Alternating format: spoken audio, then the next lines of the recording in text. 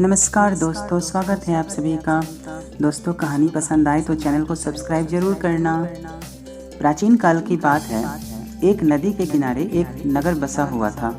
वह व्यापार का बहुत अच्छा केंद्र था, लेकिन उस नगर के बुरे दिन भी आ गए थे। एक बार उस नगर में बहुत तेज बारिश हुई। नदी ने अपना रास्ता बदल दिया। लोगों के लिए पीने का पानी भी वहाँ नहीं रहा, क्योंकि उस नदी से ही उस नगर का भरण पोषण होता था। जल की सारी व्यवस्था वहीं से पूरी होती थी। देखते ही देखते सारा नगर वीरान हो गया और वहाँ के लोग उस जगह को छोड़कर किसी दूसरे शहर में चले गए। अब वह जगह पूरा खंडहर बन चुकी थी और वह केवल चूहों के रहने लायक हो गई थी। चारों ओर चूहे ही चूहे नजर आने लगे। चूहों का पूरा साम्राज्य ही स्थापित हो गया। चूहों के उस साम्राज्य के राजा एक मूसक को बनाया गया और उसका नाम मूसक राज चूहा कहा गया।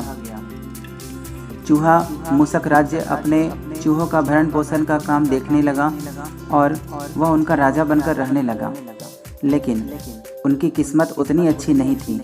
उनके बसने के बाद नगर के बाहर जमीन से एक पानी का स्रोत फूट पड़ा और वहां पर एक बड़ा जलाशय बन गया। नगर से कुछ ही दूरी पर एक घना जंगल भी था। जंगल में बहुत सारे हाथी रहा करते थे। क्योंकि वह जंगल बहुत घना था, उसमें हाथियों का बोलबाला था। उन्हें अपने खाने पीने की सारी चीजें वहां मिल जाया करती थी। उनका राजा गजराज नाम का एक विशाल हाथी था। उस जंगल के क्षेत्र में कुछ सालों के बाद भयानक सूखा पड़ा। जीव जंतु पानी की तलाश में इधर उधर मारे फिरने लगे और उन्हें पानी कहीं मिल नहीं रहा था। भारी भरकम शरीर वाले हाथियों की तो हालत खराब हो गई थी। पानी के बिना उनके बच्चे प्यास से व्याकुल हो रहे थे। बहुत सारे हाथी तो दम तोड़ने लगे। गजराज खुद बहुत ही ज्यादा चिंतित थे और सूखे की समस्या को कैसे दूर करें यही सोच रहे थे। एक दिन गजराज के एक मित्र चील पक्षी ने उसे आकर खबर दी कि दूर खंडहर बने नगर के दूसरी ओर एक जलाशय है। वह जलाशय तालाब हमेशा पानी से भरा रहता है। गजराज ने अपने सभी हाथियों को तुरंत आदेश दिया कि उस जलाशय की ओर चलो, वहाँ पानी सब लोग को मिल जाएगा और सब लोग पानी पीकर वापस लौट आएंगे। सैकड़ों हाथी प्यास बुझाने के लिए पूरा झुंड बनाकर उस खंडहर की ओर चल पड़े, जिसकी दूसरी तरफ जलाशय था। जलाशय तक पहुंचने के लिए उन्हें खंडहर बने नगर के बीच से गुजरना पड़ा। हाथियों के हजारों पैर चूहों को रौंदते हुए निकल गए, क्योंकि वे चूहे उसी खंडहर में रहा करते थे। हजारों चूहे मारे गए। खंडहर नगर की सड़कें चूहों के खून मांस के कीचड़ से लथपथ हो गई। परंतु मुसीबत यहीं खत्म नहीं हुई। हाथियों का दल फिर उसी रास्ते से लौटा। अब हाथी रोज उसी मार्ग से पानी पीने जाते और वापस आते। चूहों की दुर्दशा हो गई। चूहे सोचने लगे कि हाय, यह जिंदगी कैसी मिल गई है हमें।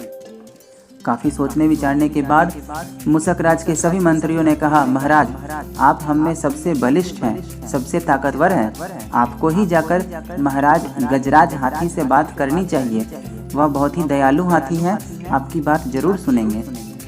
सभी के अनुनय विनय पर मूसक राज हाथियों के वन में गया। एक बड़े पेड़ के नीचे गजराज खड़ा था। मूसक राज उसके सामने के बड़े पत्थर के ऊपर चढ़ गया और गजराज को नमस्कार करके बोला, गजराज को मूसक राज का नमस्कार। हे महान हाथी, मैं एक निवेदन करना चाहता हूँ। आवाज गजराज के कानों तक नहीं पहुँच रही थी, क्योंकि चूहे की आवाज बहुत छोटी सी थी।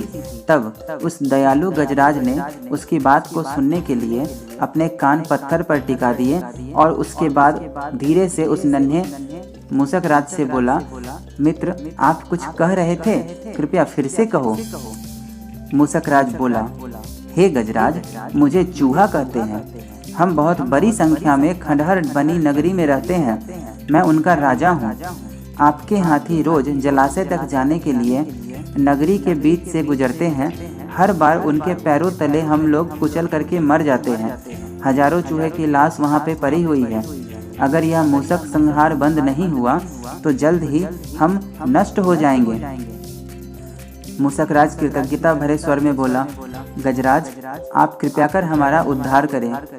हाथी ने उसकी बात को सुना और कहा, मुझे बहुत शोक हुआ। हमें ज्ञान ही नहीं था कि हम इतना अनर्थ कर रहे हैं। धरती पर आप छोटे छोटे जीव हमारे पैरों के नीचे कुचले जा रहे थे। इसका हमें कोई अंदाजा नहीं था। आप निश्चिंत होकर जाइए, मेरे सारे हाथी अब उस नगर वाले खंडहर से नहीं गुजरेंगे, बल्कि अपने लिए दूसरा रास्ता ढूंढ लेंगे। मूसक राज ने उनका धन्यवाद किया और कहा, हे हाथी महाराज, कभी भी हमारी जरूरत पड़े तो याद जरूर कीजिएगा। गजराज ने सोचा कि यह नन्हा सा जीव मेरे किस काम आएगा। उसने केवल मुस्कुराकर उस मूसक राज चूहे को विदा कर दिया। कुछ दिनों के बाद पड़ोसी देश के राजा ने अपनी सेना को मजबूत करने के लिए उनमें हाथियों को शामिल करने का निर्णय लिया। राजा के सभी लोग उस जंगल में हाथी पकड़ने आए और कई सारे हाथियों को पकड़कर ले जाने लगे। जंगल में वह आकर चुपचाप कई प्रकार के जाल बिछाकर चले जाते और सैकड़ों हाथी उसमें पकड़ लिए जाते।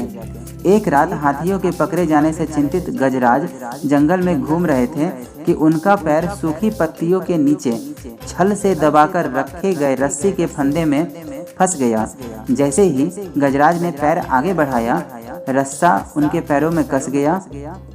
रस्से का दूसरा सिरा एक पेड़ के मोटे तने में मजबूती से बंधा हुआ था। गजराज चिंघाड़ने लगा। उसने अपने सभी सेवकों को पुकारा, लेकिन वहां कोई नहीं आया, क्योंकि कोई उनके आसपास नहीं था। फंदे में बस फंसे हाथी के पास कौन आता? सभी को यह चिंता लगने लगी कि कहीं वो भी न फंस जाएं। लेकिन एक युवा जंगली भैंसा गजराज का बहुत आदर करता था, क्योंकि जब वह भैंसा छोटा था और गड्ढे में जा गिरा था तो उसकी चिल्लाहट को सुनकर गजराज ने अपनी सूंड से उसे बाहर निकाल दिया था उस गड्ढे से। गजराज की हालत देखकर उसे बहुत दुख हुआ और वह चीखा, यह कैसा अन्याय है? हाथी महाराज, आप बताइए, मैं क्या करूं? आपको छुड़ाने के लिए मैं अपनी जान भी दे सकता हूं। गजराज बोले, बेटा, तुम बस दौड़कर खंडहर नगरी जाओ और चूहों के राजा मूसक राज को मेरा सारा हाल बताना। उससे कहना कि अब मेरी आस सिर्फ उन्हीं से है, अन्यथा मुझे पकड़ के महाराज के पास ले जाया जाएगा। भैंसा अपनी पूरी शक्ति से दौड़ा मूसक राज के पास आया और जैसे ही उसने उनको अपनी बात बताई, मूसक राज अपने 50 चूहों के साथ सैनिकों को लेकर भैंसे के पीठ पर बैठ गए और शीघ्र ही गजराज के पास पहुंचे और मिनटों के अंदर ही उन्होंने उस रस्सी को काट दिया। कुछ ही देर में गजराज हाथी उस बंधन से मुक्त हो गए और उन्होंने चूहों का धन्यवाद दिया। दोस्तों, इस कहानी से हमें सीख मिलती है कि आपसी सद्भाव व प्रेम सदा एक दूसरे को कष्टों को हर लेते हैं। जीवन में कोई हाथी जैसा बड़ा बलशाली ताकतवर ही क्यों न हो, उसे चूहे जैसे छोटे प्राणी की भी आवश्यकता पड़ती है। इसलिए कभी भी अपनी शक्ति, अपने बल, अपनी बुद्धि पर घमंड नहीं करना चाहिए, क्योंकि हमें हमेशा कब किसकी जरूरत पड़ जाए कोई नहीं जानता। सबका आदर करें, सबका सत्कार करें, सबसे अनुनय विनय करके रहें और सबसे प्रेम करके रहें। जिंदगी की यही सीख है। दोस्तों, मेरी कहानी अगर अच्छी लगी तो कृपया कर मेरे चैनल को सब्सक्राइब जरूर करना और मुझे सपोर्ट करना। धन्यवाद।